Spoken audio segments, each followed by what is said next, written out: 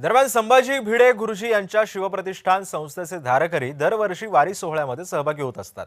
धारकरी परंपरा छत्रपती शिवाजी महाराजांनी सुरू केली असं म्हणत या निमित्तानं धारकरी पराशर मोने यांच्याशी बातचीत केली आहे आमचे प्रतिनिधी प्रशांत साखवेकरांनी। जय विठ्ठल। मी आता पुण्यामध्ये आहे आणि तुम्हाला सगळ्यांनाच माहिती आहे दोन्ही पालख्या म्हणजे माऊलींची पालखी आणि संत तुकारामांची पालखी दोन्ही पालख्या आज पुण्यामध्ये मुक्कामाला आहेत। उद्यासुद्धा दोन्ही पालख्यांचा मुक्काम पुण्यातच असणार आहे। आपल्याला सगळ्यांनाच माहिती आहे की वेगवेगळ्या परंपरांच्या अनुषंगानं वारकरी संप्रदाय पुढे जात राहिला आणि अनेक परंपरा वारकरी संप्रदायाशी जोडल्या गेल्या। धारकरी ही एक वेगळी परंपरा आहे आणि याचं सगळ्यांना ज्ञान आहे। तर धारकरी हे काय आहे आणि ती परंपरा काय आहे हे आपण जाणून घेण्याचा प्रयत्न करणार आहोत। धारकरी पराशर मोने आत्ता माझ्यासोबत आहेत, आपण त्यांच्याकडून जाणून घेण्याचा प्रयत्न करूया। स्वागत आहे तुमचं जय महाराष्ट्रामध्ये। धारकरी ही एक वेगळी परंपरा आहे, वेगळी संस्कृती आहे आणि ती जोपासण्याचं काम तुम्ही सगळेजण करता आहात। तर ही नेमकी परंपरा काय आणि वारी आणि धारकरी हे जे एक वेगळं नातं आहे ते नातं कसं आहे? धारकरी परंपरेचे खरं तर उगमस्थान किंवा त्याचे ही परंपरा जन्माला घालणारे प्रत्यक्ष भगवान छत्रपती शिवाजी महाराजच आहेत।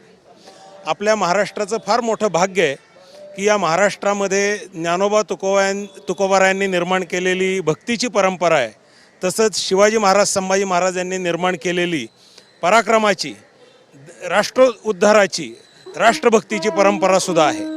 आणि धारकरी, प्रत्येक धारकरी हा शिवाजी महाराज संभाजी महाराजांच्या विचारांचा पाईक आहे आणि शिवाजी महाराज त्यांच्या जीवनामध्ये जे काही त्यांनी शेकडो रणसंग्राम केले, हिंदवी स्वराज्याची निर्मिती केली आणि खूप मोठं काम त्यांनी उभं केलं, परंतु हे करत असताना शिवाजी महाराजांचं मन हे नेहमी साधू संतांच्या पायाशी अत्यंत लीन होते। त्यांच्या आयुष्यामध्ये जेव्हा केव्हा त्यांना वेळ मिळत असे त्यावेळी ते सत्पुरुषांचा, साधू संतांचा आशीर्वाद घेण्यासाठी जात असत।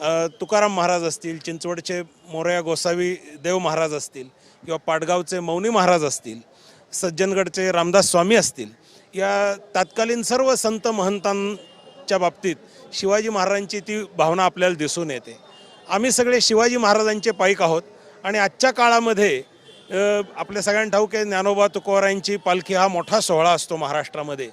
तर आम्ही जे काम करतो आहोत शिवाजी महाराजांचीच विचारांचं काम पुढं घेऊन जाण्याचं, त्याला आम्हाला यश यावं म्हणून या संतांच्या पायाशी नतमस्तक होण्यासाठी आदरणीय श्री संभाजीराव भिडे गुरुजींच्या मार्गदर्शनाखाली हा भक्तिगंगा शक्तिगंगा संगम सोहळा हा आम्ही करत असतो। ज्ञानोबा तुकोबाराय हे आपल्यातल्या सज्जनतेचं प्रतीक आहेत, शिवाजी महाराज संभाजी महाराज हे आपल्या सामर्थ्याचं प्रतीक आहे आणि म्हणून हा भक्तिगंगा शक्तिगंगा संगम हा खरं म्हणजे प्रत्येक हिंदूच्या शरीरामध्ये, मनामध्ये, चित्तामध्ये घडला पाहिजे अशी आमची सगळ्यांची भावना आहे। आपण ज्ञानोबा तुकोबारायांच्याही विचारांचे पाईक असलं पाहिजे, त्याचबरोबर आपण शिवाजी महाराजांच्या विचारांचे सुद्धा पाईक असलं पाहिजे। नक्कीच तुम्ही आमच्याशी बोललात त्यासाठी खूप खूप मनापासून आभार।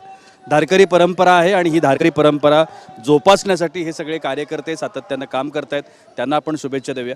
कॅमेरामन नित्यानंद नाईकसह मी प्रशांत सागवेकर, जय महाराष्ट्रसाठी पुण्यातून। माऊली आणि तुकाराम महाराजांच्या पालखी सोहळ्यामध्ये स्वतः शिवाजी महाराज आणि संभाजी महाराज सहभागी होत असायचे हे देखील सांगितलं जातं। त्यामुळे आता पुण्यामध्ये वारी काळामध्ये मोठ्या उत्साहात धारकरी या सोहळ्याचं आयोजन करत असतात।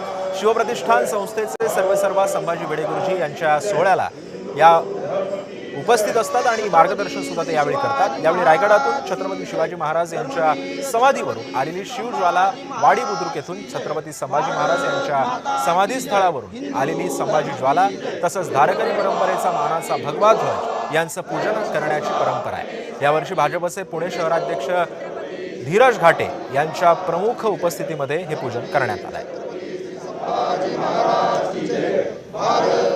छत्रपती शिवाजी महाराज